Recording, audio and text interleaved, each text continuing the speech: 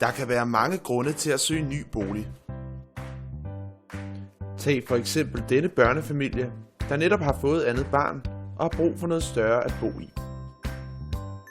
Det kan også være det ældre ægtepar, hvor børnene for længst er flyttet ud, og huset er blevet alt for stort.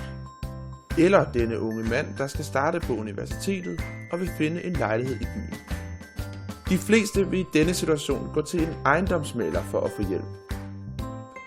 Men behøver de det? På boligbytter.dk kan du med hjælp fra vores partnere helt selv finde din drømmebolig.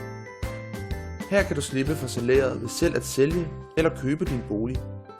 Men det kan være svært at købe bolig, hvis man endnu ikke har solgt sin egen. På boligbytter.dk kan du møde andre boligsøgende og gøre processen nemmere ved at bytte din bolig med en andens. Du kan også hurtigt og nemt finde en lejebolig derhjemme.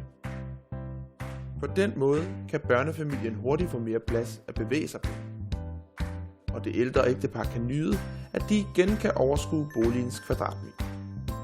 Ligeledes kan den unge studerende hurtigt finde sin egen lejlighed.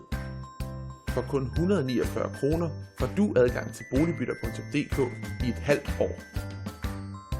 Boligbytter.dk. Lej, køb, sælg og byt dig frem til din drømmebolig.